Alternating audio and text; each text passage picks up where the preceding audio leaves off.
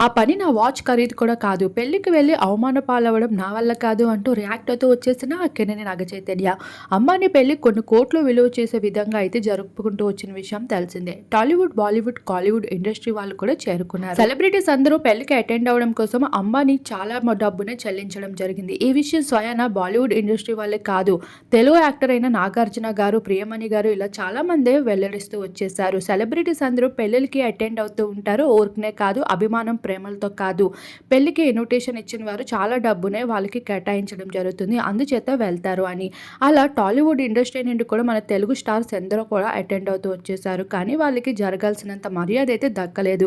డబ్బు తీసుకొని వచ్చిన వాళ్ళలాగే అంబానీ కుటుంబం కూడా వాళ్ళని అలానే ట్రీట్ చేస్తూ వచ్చేసింది. ఇక బాలీవుడ్ సెలబ్రిటీస్ సైతం తెలుగు వారి పైన కాస్త పార్షియాలిటీ చూపిస్తూనే వచ్చేసారు. కానీ మన తెలుగు వారు మాత్రం ఎంతో అభిమానాన్ని కురిపిస్తూ ఉంటారు ప్రతి ఒక్క స్టార్ పైన. ఇదే విషయాన్ని అక్కినేని నాగచైతన్య సైతం స్పందిస్తూ ఇందుకే పెళ్లికి అటెండ్ కాలేదంటూ రివీల్ చేసుకుంటూ వచ్చారు. ఈ విషయం పైన అక్కినేని ఫ్యాన్స్ అయితే నాగచైతన్య పైన ఎంతో ప్రౌడ్‌గా ఫీల్ అవుతున్నారు.